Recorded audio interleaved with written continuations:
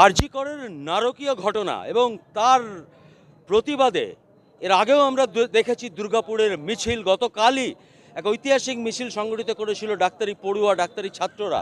এবং আজ যেটা হচ্ছে, আমি দেখাতে অনুরোধ করব, ইন্ডিয়ান মেডিকেল অ্যাসোসিয়েশন দুর্গাপুর শাখা, তাদেরই নেতৃত্বে আজকের এই মিছিল চলছে, Indian medical association Durgapur branch. এবং এই মিছিলে কিন্তু শুধুমাত্র ডাক্তার বা নন মেডিকেল স্টাফ তারা নয়, এই মিছিলে কিন্তু পা মিলিয়েছেন আরও সমাজের বিভিন্ন স্তরের মানুষ। সেখানে আইনজীবীরা রয়েছেন, সেখানে শিক্ষকরা রয়েছেন।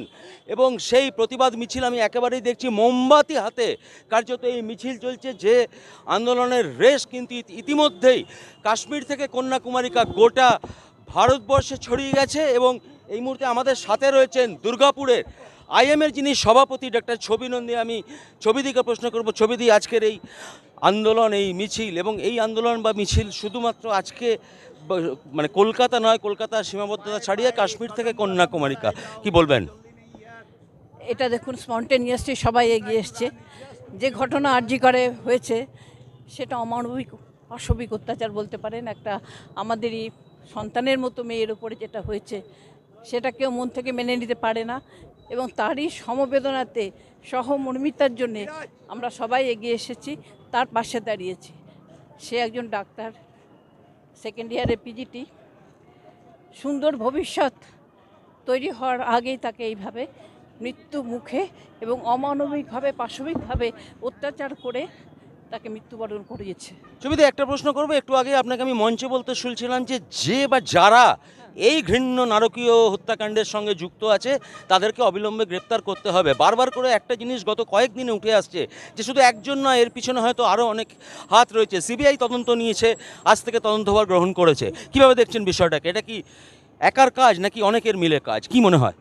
এটা দেখে মনে হচ্ছে না, যেটা আমরা পারিপার্শ্বিক এনভায়রনমেন্টটা, যে সমস্ত সারাউন্ডিংস পরিপ্রেক্ষিতে এক বা একাধিক লোকের সম্ভাবনা এর মধ্যে থাকতে পারে বলে মনে হয়।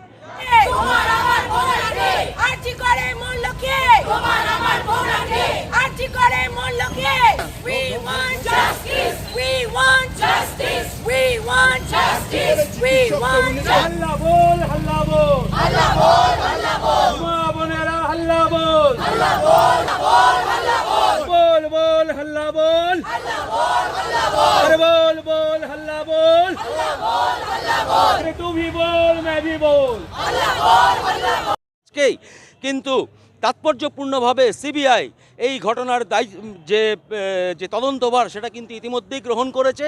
এবং তারপরেই কিন্তু প্রতিবাদ কিন্তু থামছে না, প্রতিবাদ কিন্তু হচ্ছে। এবং যেটা আমরা আজকে জানি, আজকে রাত্রি 11টা, সাড়ে 11টা নাগাদ গোটা রাজ্য সহ গোটা দেশের মহিলারা আজকে পথে নামছেন রাত দখল করতে। এমনই কিন্তু বিভিন্ন সামাজিক মাধ্যমে যা ইতিমধ্যেই ভাইরাল।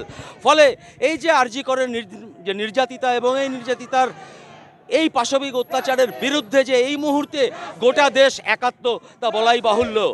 দুর্গাপুর থেকে কৌশিক বসুর রিপোর্ট, 99 নিউজ বাংলা।